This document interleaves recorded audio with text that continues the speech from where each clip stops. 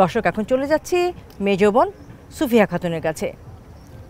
আপা কেমন আছেন? আলহামদুলিল্লাহ ভালো। আপা, আপনার সন্তান মোট কয়জন? আমার এক ছেলে এক মেয়ে। আপনি তো বলছেন বুদ্ধি প্রতিবন্ধী, কি কি বৈশিষ্ট্য ওর মধ্যে আপনি দেখতে পেয়েছেন? বৈশিষ্ট্য আমি যদি জিজ্ঞেস করি ইচ্ছাভাবে কিছু বলবে না, ওর ব্যক্তিভাবে বলে কাজ করবে। যদি আবার ওখানে একটু ভুল ধরি তবে আবার রাগ হয়ে যাবে।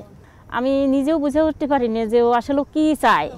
তারপরে বাবাটা মারা গেল ধাক্কা খালে।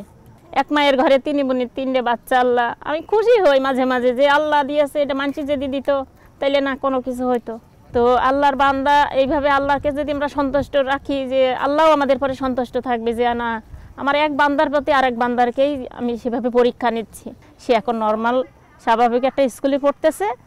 এখন স্কুলে পড়ার সাথে সাথে আমি ভোকেশনালে দিয়েছি সুইট বাংলাদেশ ট্রেনিং স্কুলে। তা আপনাদের দোয়ায় এখন মাশাআল্লাহ সবই ভালো আছে। এখন আমার সুমাইয়ার একটু সমস্যা স্কিনের, আমার দাঁতে। ইভার বাবা যখন মারা গেল তখন ইভার বয়স কত ছিল? তখন ইভার বয়স ছিল 14.5। সে বুঝতে পেরেছে তার বাবা চলে গেছে?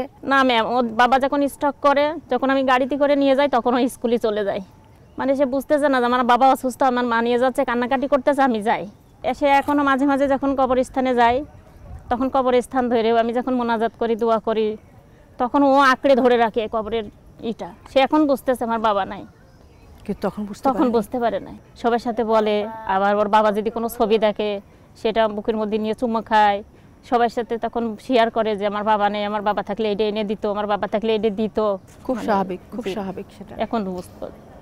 দর্শক, সুফিয়া বেগম একটু আগে যেটা বলছিলেন যে ওনাদের 3 বোনের ঘরে 3টি কন্যা সন্তান এবং তারা 3জনই বিশেষ চাহিদা সম্পন্ন। এটা সত্যি অবাক করার মতো বিষয়। একটি পরিবারের 3 বোন, এই মায়ের পেটের 3 বোনের 3টি কন্যা সন্তানই বিশেষ চাহিদা সম্পন্ন।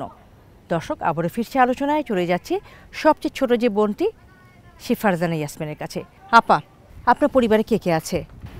আমার পরিবারে আছে আমি, আমার বাচ্চার বাবা, শ্বশুর শাশুড়ি, আমরা মোট 5 জন। আচ্ছা, এই নিয়ে আমাদের পরিবার। বাচ্চার বাবা কি করে? কৃষি কাজ করে। আপা, আপনি যশোরের কোথা থেকে এসেছেন? বাগারপাড়া থানা। আপা, আপনার সন্তানটি সম্পর্কে জানতে চাচ্ছি। অন্য তুলনায় বাচ্চাদের থেকে খুবই নর্মালি, কিন্তু ও সর্বকাজেই আমার পেছনেই ঘোরাঘুরি করে।